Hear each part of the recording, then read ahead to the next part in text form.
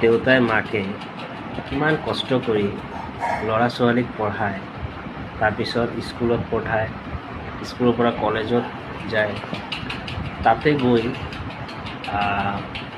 বহুত friend circle হৈ যায়, এটাৰ পৰা দুইটা, দুইটাৰ পৰা তিনিটা, তিনিটাৰ পৰা চাৰিটা, তো লাহে লাহে লাহে লাহে বাঢ়ি থাকে। তাৰ ভিতৰত কিছুমান ভাল থাকে, কিছুমান বেয়া থাকে। এতিয়া কথা হৈছে, এইটো আমাৰ ওপৰত ডিপেণ্ড কৰে যে আমি 4জনৰ লগত চলিম নে 6জনৰ লগত চলিম। তো সেইটো আমি কেনেকৈ বিচাৰ কৰিম, কেনেকৈ বুজিম, সেইটো হৈছে ডাঙৰ কথা। তো 4জনে মোক ক'ব, ল দে এইটো খা, এইটো বেয়া বস্তু আপোনাক দিব, তো আপুনি লাহে লাহে লাহে লাহে এইটো নেচা হৈ থাকিব। তো এইটো গৈ এটা টাইমত আপোনাৰ জীৱনটো শেষ কৰি পেলাব। বাকী ছাইডত বেলেগ আৰু 6জনে ক'ব, ব'লা আজি মন্দিৰত যাওঁ, ব'লা আজি নামঘৰত যাওঁ। তো এইটো কি হ'ব, লাহে লাহে আপোনাৰ ভক্তি বাঢ়িব, মনৰ বিশ্বাস বাঢ়িব, মনত শক্তি বাঢ়িব।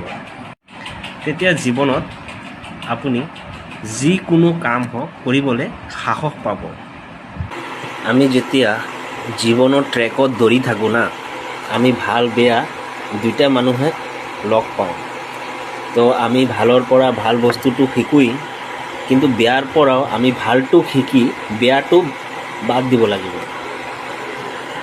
ভালৰ পৰা ভালটো লৈ আৰু বেয়াৰ পৰা ভালটো লৈ বেয়াটো আমাক এভইড কৰিব লাগিব।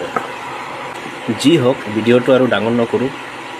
লাইফত কিবা এটা ষ্টেপ ল'বলৈ হ'লে তো ফাৰ্ষ্টত বিচাৰ কৰিব লাগিব যে আমাৰ কোনটো ভাল, কোনটো ৰাস্তা ভাল, কোনটো ৰাস্তা বেয়া।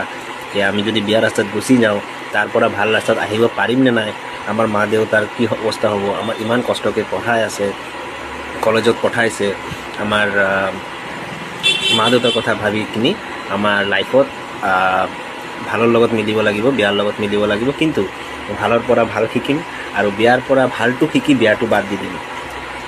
Thank U.